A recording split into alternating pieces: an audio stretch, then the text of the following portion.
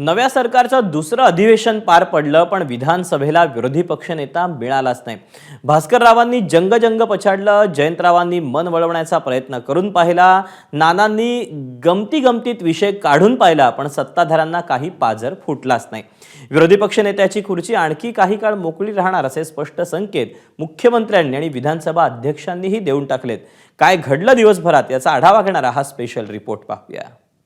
मतदारांचा प्रश्न आहे की मतदाराने जो कौल दिला त्या कौलमध्ये विरोधी पक्ष नेता राहणारच नाही असा कौल दिला, अशी असणारी परिस्थिती आहे। तो त्यांना माझी काय भीती वाटते हे मला माहिती आहे। अरे खालच्या सभागृहात अजून आम्हाला विरोधी पक्ष नेता दिला नाही।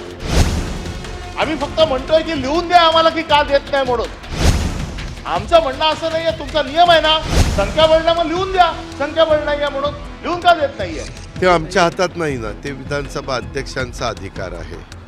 बाजूच्या खुर्चीचं ना ते मला विचारा, त्याने मी सांगतो त्यांना काय काही काळ मोकळं बसू देऊया। महायुती सरकारला 100 दिवस पूर्ण झाले। 2 अधिवेशनांचं सूप वाजलं। विधान परिषदेला नवे सभापती मिळाले, विधानसभेलाही नवे उपाध्यक्ष मिळाले, पण विरोधक ज्याकडे डोळे लावून बसले होते ते विरोधी पक्षनेते पद मात्र रितच राहिलं। यावरून अधिवेशनाच्या शेवटच्या दिवशी विरोधकांची खंत आणि सरकारची तितकीच थंड भूमिका समोर आली। विरोधकांनी विरोधी पक्षनेता ठरवला असला तरी त्यांच्याकडे 288 पैकी 50 जागा सुद्धा नाहीत। त्यामुळे या मुद्द्यावर विरोधक सरकारच्या आणि विधानसभा अध्यक्षांच्या मर्जीवर अवलंबून आहेत। याच अधिवेशनात विरोधी पक्षनेतेपदाची खुर्ची मिळेल अशी आशा भास्कर जाधवांना होती, पण सरकारच्या चांगुलपणावरचा त्यांचा विश्वास फोल ठरला आणि एकाच वेळी ते भावनिकही झाले आणि त्यांचा भडकाही उडाला।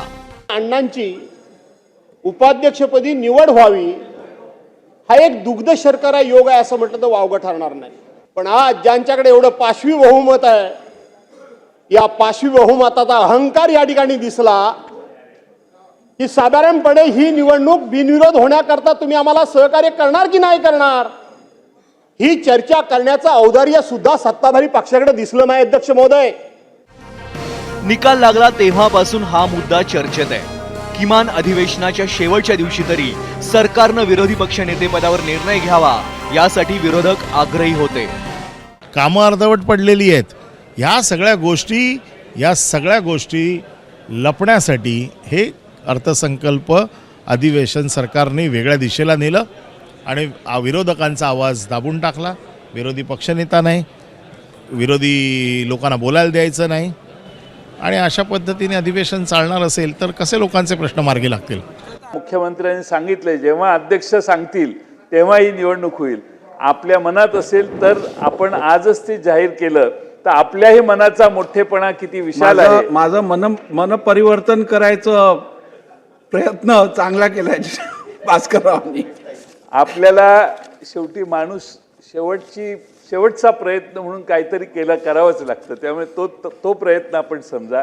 पण आपण मोठ्या मनाने, विशाल मनाने भास्कररावांचं नाव आम्ही सगळ्यांनी एकमताने विरोधी पक्ष नेता म्हणून दिलेलं आहे। दिल्लीमध्ये आपण बघितलं की दिल्लीमध्ये कमी त्या ठिकाणी आमदार निवडून आल्यानंतर देखील विरोधी पक्ष नेतेपद हे भाजपने दिलं आहे।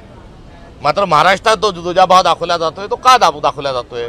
कुठे विरोधक या नात्यानं जे संविधानिक एक संस्कार आहेत, आपली परंपरा आहे आणि त्या परंपरेला कुठेतरी पायमल्ली करण्याचं काम हे या सरकारकडून सुरू आहे। वास्तविक पाहता पहिल्याच दिवशी विरोधी पक्ष नेत्यांची घोषणा ही होणं अपेक्षित होतं। सरकारकडून रोखटोक अजितदादांनी नियमांवर बोट ठेवलं तर उदय सामंतांनी भास्कर जाधवांना चिमटा काढून घेतला। उपाध्यक्षपदी निवड झाली पण अजून विरोधी पक्ष नेता अजून निवड ते आमच्या हातात नाही ना, ते विधानसभा अध्यक्षांचा अधिकार आहे। कदाचित असं कोण म्हणतंय तुमच्यासारखे काही चर्चा करतात, मला ह्याच्यातलं माहीत नाही, मला कोट करू नका। परंतु मागे लोकसभेला 10 वर्ष विरोधी पक्ष नेता नव्हता। का नव्हता? तर 10% संख्या त्यांची नव्हती कुठल्या पक्षाची। तसं आज पण एका पक्षाची 20 आहे, एका पक्षाची 15, एका पक्षाची 10 आहे। अशा प्रकारे महायुती सरकारचं आणखी एक अधिवेशन विरोधी पक्ष नेत्या विनाच पार पडलं।